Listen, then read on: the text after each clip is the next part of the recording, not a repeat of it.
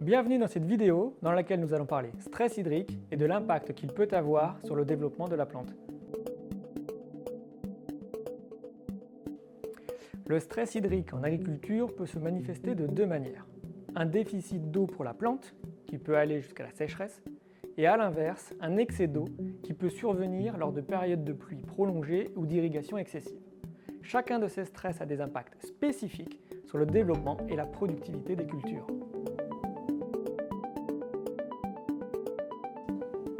Un déficit d'eau se caractérise par des symptômes tels que le jaunissement et le dessèchement des feuilles.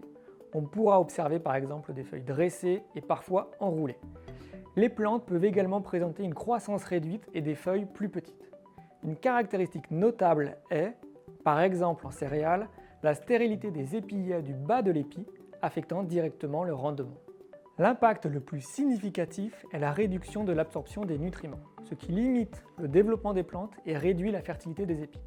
Les effets sur le rendement dépendent du stade de croissance pendant lequel le stress survient, avec des périodes critiques allant de la montaison jusqu'à post-floraison.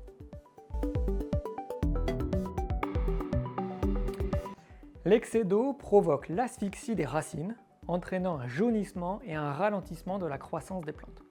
Les symptômes incluent également une sensibilité accrue aux maladies fongiques et racinaires.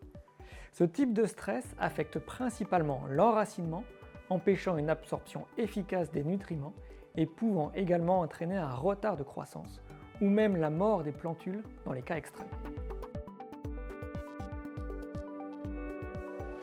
Pour gérer la sécheresse, il est essentiel d'adopter des systèmes de culture efficaces qui optimisent l'eau et répondent aux besoins des cultures.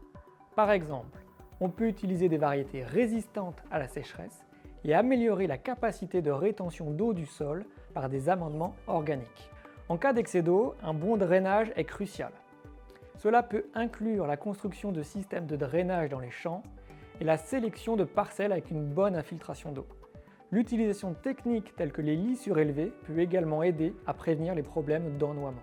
En outre, dans les deux cas, l'utilisation de biostimulants peut être une solution complémentaire et permettre à votre culture de limiter l'impact d'un stress hydrique. Ils aident les plantes à mieux tolérer les stress abiotiques, comme la sécheresse et l'excès d'eau, en augmentant la production de composés protecteurs dans les plantes. Retenons que la compréhension précise des types de stress hydrique et de leurs impacts est pertinente pour les gérer efficacement. Les biostimulants, en complément de bonnes pratiques agronomiques, peuvent augmenter la capacité des plantes à mieux tolérer les stress hydriques et se développer malgré ces stress. En intégrant ces outils et connaissances, nous pouvons sécuriser et augmenter la productivité agricole de manière durable.